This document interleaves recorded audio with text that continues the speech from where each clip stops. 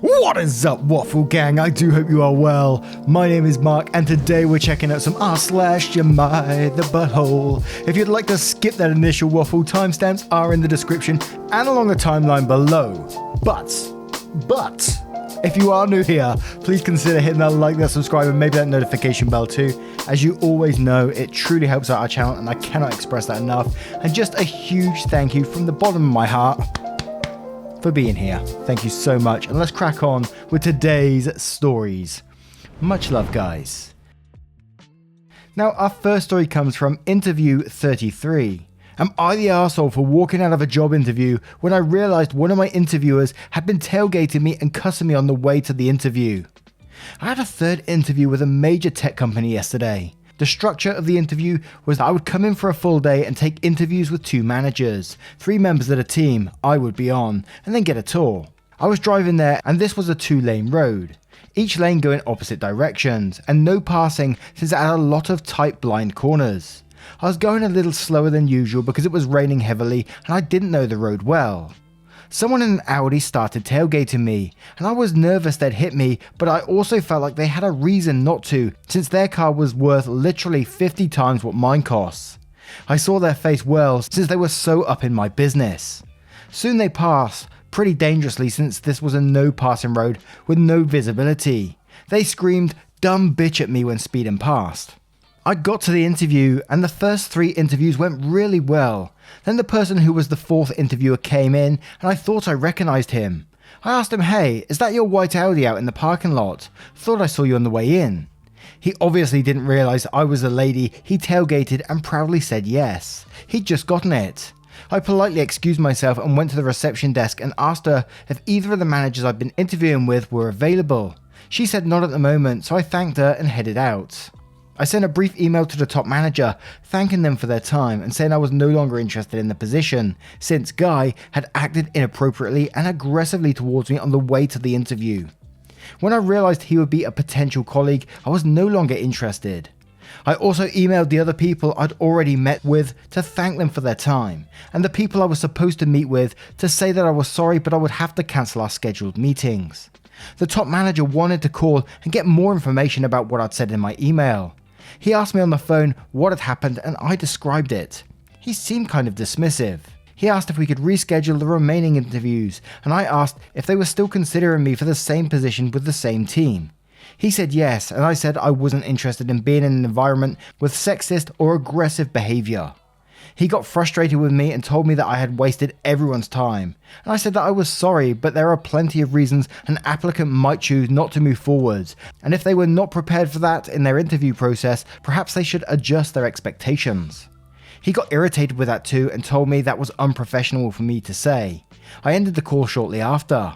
Am I the arsehole for leaving an interview in that way? Now, I was like, yes, the top manager's calling you back to get more information on what happened here and investigate what happened, but no, he was just equally as dismissive. And I always find, like, interview processes, they're a two-way street. If you find colleagues that you don't work with or managers that you think, are going to be aggressive or potentially sexist, as it says in this story, then absolutely, you just walk away, because you don't want to be a part of that environment. You don't want to get into the job and then later find that you don't gel with these people at all, especially if they're assholes. So absolutely not the arsehole in my opinion. SPR Sneaky Snickerdoodle says, not the arsehole. The fact that the top manager was immediately dismissive is just another huge red flag. Good for you for standing your ground. I think you dodged a bullet there. And Davian636 says, not the arsehole. The only way we change culture is by calling out stuff we can't live with. Bravo for having such faith in your own boundaries, and you were absolutely not unprofessional, telling them they should adjust their expectations. You were in fact totally correct. And Bellyami says, not the arsehole. Companies need to realise that the interviewee is also assessing if the company is right for them. Some employers are way too smug if they think they can have all the leverage. Way to go. When you find the perfect job, it will be worth the wait. And Maleficent Ad 3958 says, not the arsehole. Companies get to refuse people all the time for any trifling reason. You get to refuse work with someone who displayed bad behaviour. I'm also speculating, admittedly with no real evidence, that the reason they have the position open and want you to continue interviewing is because the screamer chased away the previous person, and now they're having a hard time replacing said previous person because his reputation got around. And we have a couple more comments from Smitty80015 saying not the arsehole, but it appears from your discussion with a top manager that this kind of dismissive behaviour isn't limited to one person. Herc Armstrong says, not the arsehole, bullet dodged. You handled with extreme professionalism. They would have been lucky to have you. Now, what are your thoughts on this one? And we'll move on to the next story. And our next story comes from Panda Pickle Tank. Great name. Am I the arsehole for telling my dad to get an ironclad prenup and that his fiancée has questionable motives? So my mum died less than 4 months ago, which was a fairly unexpected event. 2 weeks after her passing, my dad, 63, tells my sister, 27, and myself, male 30, that at some point he will start dating again. I totally understood, although a little taken back by the timing. The only thing I tell him is that he should wait a while before jumping into anything serious. He agrees and says that he wouldn't really consider dating someone for at least a year. Fast forward 3 days and he informs me that he has reconnected with his high school sweetheart and have reconnected as friends. Still no issues on my end so far. 2 weeks after that, my sister, who lives with my dad, she helped take care of my mum, informs me that my dad and C, his high school girlfriend, are on the phone all the time with each other, texting all day and emailing. Also, C has made it clear that she wants to marry my dad and that is going to spend the weekend with C and build some bookshelves with one of her sons, who is my age. Needless to say, he's basically been spending every day he can with C and her family. My sister has been extremely against this whole ordeal and vocal about it. I've been against it and tried to tactfully express my concerns. Fast forward to this past Sunday, the day which we spread our ashes, my dad, my sister and myself meet up for breakfast. He decided that it was an appropriate time to tell us he's getting married to C in March. To which I respond by saying, then you better get an ironclad prenup because nobody in their right mind or with good intentions would start dating someone who's been with a widower less than a month, let alone marry him within a year of his wife's death. I also won't be at the wedding. I don't want to meet her or her offspring, and that this entire relationship between you and C is not only disrespectful to my mum, but also make me question how much he even loved mum in the first place. Considering after your dog died, you said you wouldn't be ready for another dog for years, yet mum dies and you're all ready to marry in less than a year. He was hurt and the rest of the morning was quiet and awkward. Afterwards I get text from my grandma and aunt saying that what I said was cruel and uncalled for and really upset my dad. So please Reddit, I need to know, am I the arsehole? And we'll start with Adante79 saying, if you were calm and factual, not the arsehole, you raised several very valid points, and maybe it was the stuff he needed to hear. I can't imagine the pain of losing a spouse, and he may not be thinking clearly. Stand your ground. And the disciple Matt says, not the arsehole, glad you said something because if you don't then who will? I've heard of a rebound girlfriend, but a wife. This guy doesn't need another woman, he needs therapy. Sorry to hear about the situation, OP. And Cult Queen says, not the arsehole, he is being disrespectful and I would even question if the relationship started before your mum's passing.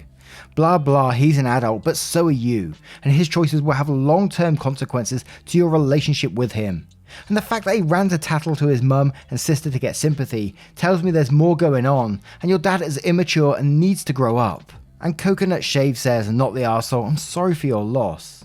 I don't have the impression that this is take his money and run behaviour, but it certainly is very uncaring to you and insensitive to his long-term mental health. He's a new widower, he's not in a good place to make decisions. He's in love, but I agree, it's huge alarm bells that she's not all concerned about you two to even advise him to not make the announcement the same day as the ashes are spread, or plan the wedding for more than a year afterwards. If not malice, there's callousness and a total lack of empathy or concern for you two. I'm imagining the future as not so much that a year from now she's taken all his money, but that you're not allowed to say mum's name or Becky will cry, that type of thing. That they continue to show no care for you two and your loss, and Queen Becky will get whatever she wants. And we'll have one more from Funts Cucked saying, not the arsehole, I'm sorry for your loss. He's clearly looking for someone to take care of him and C fits the bill. I wouldn't be surprised if this was happening before your mum passed. Your grandmother and aunt are out of line to say that you have upset your dad as it was cruel. while you and your sister are hurting from a huge loss and he fits you with a new wife. It's crazy to think that you guys would just be cool with that. And it was kind of the feelings that I was getting whilst reading that story as well. Like, for him to jump into it so quickly, it felt like there might have been something going in the background beforehand, but obviously there's no evidence of that at all. So it's a bit of a harsh judgment on my part, I think. But I think I definitely do agree with a lot of the comments here that he's not fit, he's not thinking clearly. And is this due to grief, or is it other stuff going on? And I think therapy would be the best option than jumping into a new relationship. But obviously this man knows what's best for him. I would say it's very disrespectful to sister and son in this situation, and to the mum's memory as well. I couldn't see myself doing something like that, but hey, I'm not this person. And we move on to the next story.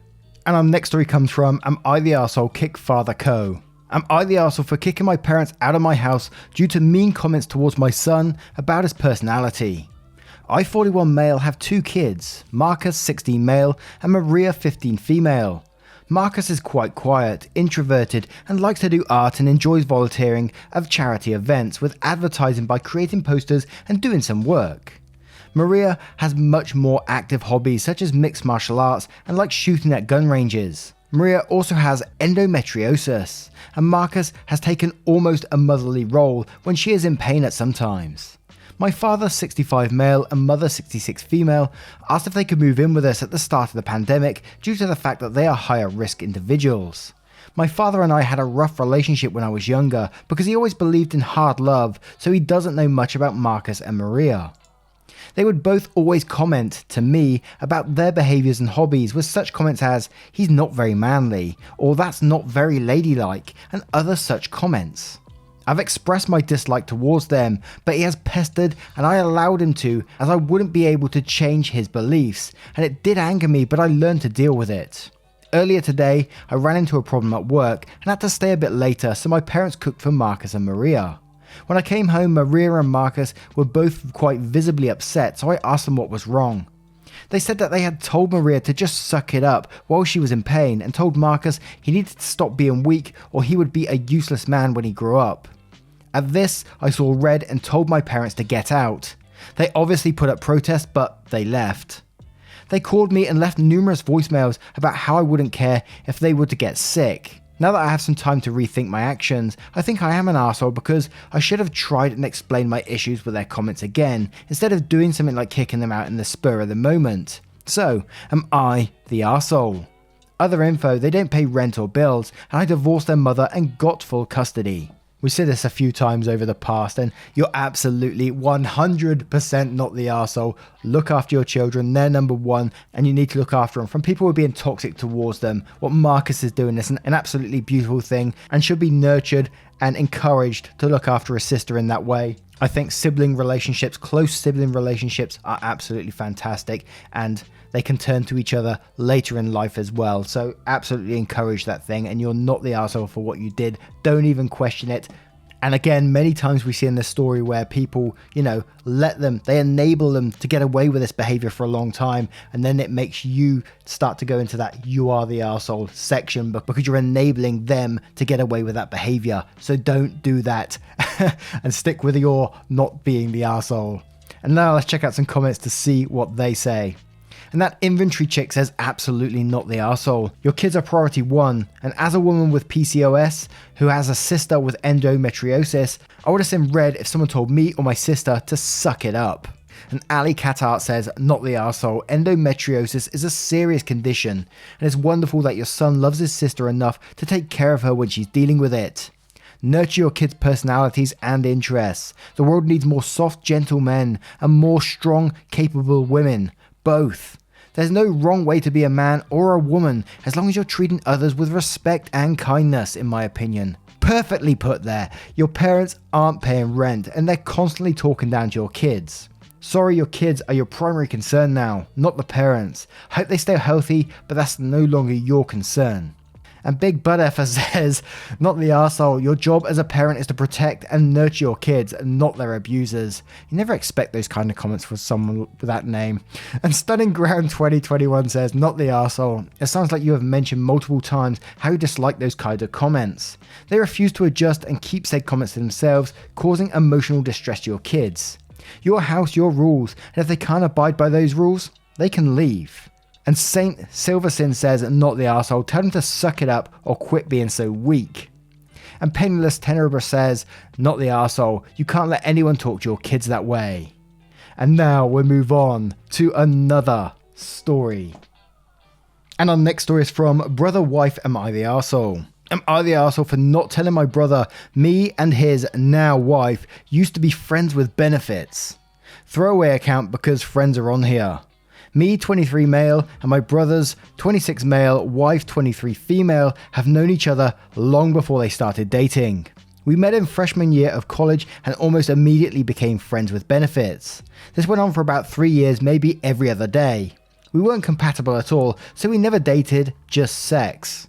During that time, both of us got into relationships, but nothing serious, so we didn't stop.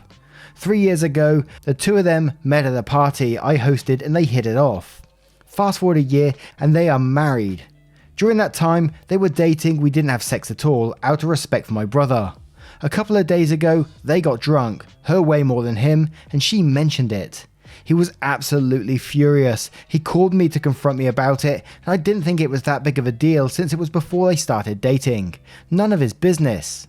He started screaming at me, packed his bags, and went to stay with a friend.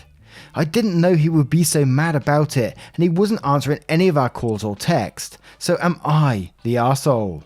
You know, you're not the arsehole for initially sleeping with this girl, even though you did sleep with other people. That does make you the arsehole in that sense. You were sleeping with each other whilst you were both in different relationships as well. That does make you the arsehole just for that in itself. But not telling your brother that you slept with his future wife. You let it get to the point where they're married without telling him. Of course you're going to be the arsehole. I couldn't imagine my brothers doing that to me or me doing that to my brothers. That would be absolutely heartbreaking to find out, I think. So yes, I am going to say you're the arsehole in this situation. And I might be wrong for that one. Someone might have a different take on that. But I can't see it because I can't see myself doing that or my brothers doing that to me, you know. I just find that crazy. But Box246 says, you're the arsehole. Your brother started dating a girl you boinked multiple times. Then he got engaged and you didn't tell him. Then he got married and you still didn't tell him. You and the wife are both assholes. And Madeline Gumbo says, you're the arsehole. Oh my god, this is absolutely relevant information. He feels like a dupe now. Nobody wants to find out their spouse and sibling kept something like that hidden for years. And Quite says, yeah, you're the arsehole. Yes, you should have told him. She also should have told him. The other thing that got me is you two stopped purely out of respect for him, but not because she wanted to stop. Because she would have cheated on another dude with you, but oh, not your brother. You both should have said something before they started dating. And RB says, you're the arsehole, her too obviously. This wasn't a one night stand, this was 3 years of screwing. She should have never have even entertained the idea of dating him, knowing he was your brother. There are plenty of fish in the sea. And you should have mentioned it as soon as you heard even a whisper in the wind that they might get together. It doesn't matter that she wasn't your current friend with benefits at the time. And Citrus Scented says, you're the arsehole only because you are so close to him. You guys are brothers, so you slept with his wife. Before they got together, that is info you should have volunteered to him earlier on in their relationship, rather than let him find out randomly after marrying her. I think most anyone would be upset in this situation. Wow. Now what do you guys think of this one? And we'll move on to one more story. And this next story is from Stinky CW Hell. Am I the arsehole for telling my co-worker that I don't, won't, and will never care about the YouTube videos he insists on showing me? I'm a fresh college graduate, 24 female, and my colleague is a man in his mid-40s. I've been working at this company since April, and we work in the same department. He's not in a managerial position by any stretch, and honestly I believe his inability to communicate well, on top of his general incompetence, is the reason why he's hit such a glass ceiling. For the past 2 months, nearly every day at my desk, he'll walk up and show me a video on his smartphone. It doesn't matter what I'm doing at the time. I could be eating lunch and he'll have a video for me. I could be typing furiously to respond to a time-sensitive email and he'll have a video for me. One time when I was on the phone, he had a video for me, patiently waiting at the entrance of my cubicle like a dunce. The video he shows me are the most arbitrary crap you can imagine. One of them was this young man drawing all over his body in permanent marker, including his eyes. One of them was about a high school student who threw 100 mile per hour fastballs. One of them was about a documentary about Andre the Giant. Good one. He shows me all these ridiculous videos 3 to 5 times a week, and it's honestly driving me up the wall. The worst part is breath. As he shows them to me, he'll commentate them, and his breath is so bad that it literally makes me sick. Even when I go to the break room or copy room, I can tell if he's been there at any time in the last 10 minutes because of the lingering smell. The man clearly has never flossed a day in his life because it's a telltale sour scent of food rotting between his teeth. On Friday last week, I finally blew up at him and had a near meltdown. I shouted that I never wanted to see another video of his again, and that if he wanted to be friendly with me, he should do his damn job instead of bugging me. He went into the bathroom for an hour, left, and walked out early without another word. When I went home that afternoon, I got called by a couple of co-workers telling me that he was obviously has a disorder of some sort, and that I should try to be a bit more sensitive or pick my words better. Now it's Sunday night, and I have to face them again tomorrow. I don't know if I owe him an apology. I'm incredibly anxious about going back into work tomorrow and would appreciate some insights. Edit. Thanks for the responses, everyone. I have determined I was not the arsehole. Here's why. When you're a woman working in corporate America, men often feel entitled to your time, attention and patience. I sent plenty of clear hints that I was not in fact interested. I wanted to maintain a professional office relationship, but he was unrelenting. Asking as if I should have been nicer to him because he was such a nice guy is just insulting to every woman who has ever experienced workplace harassment. If you had to deal with a man nearly twice your age breathing in your face as he showed you YouTube videos every day, I think you would understand me better. But the vast majority of the posters here don't understand what it's like to suddenly grow another appendage, always following you around and demanding your time. Many of you probably been in this position before, which is why you sympathize with him so unnecessarily. I really do appreciate the responses, but there was no convincing reasons to call me the arsehole or out of line here. Not the arsehole. And Gritty Pigeon replies to this one saying, "You're the arsehole in a big way. Let me explain. You had a choice, communicate your thoughts and feelings like an adult when you first started to get annoyed with the videos, or throw a tantrum like a child. You chose the latter and need to reflect on that. Thankfully you sort of already done that with your topic, I hope. Also, the way you write about someone in such a disparaging manner who quite literally could have some sort of medical condition and likes to show you videos is disgusting and shows me a lot more about your character and integrity than it does about your coworker." And Queen Oreo says, "You're the arsehole. You blew up without even saying, 'Hey Dave, I'm crazy busy.' You could have gone to your supervisor and asked for advice in handling it.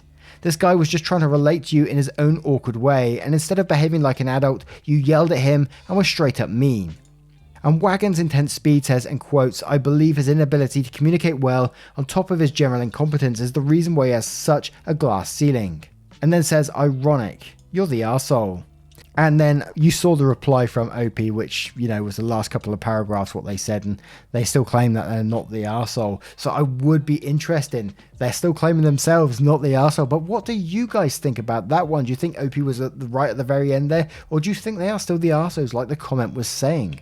Let me know your thoughts in the comments below, and any other thoughts and opinions and verdicts on the rest of the stories in this video too. As always, I love to hear them, and it hugely helps this channel as well when you get involved. I consider us a community-based channel, and I absolutely love it when you do get involved. Thank you so much for being here today, and if you want to support the channel further, you absolutely can, but as always, never any pressure to do so by clicking that join button down below for YouTube, or clicking the link in the description for Patreon and joining up there. Once again guys, thank you for your love, your support and your time, and I will see you spicy so-and-so, in the next one. Take care guys, much love.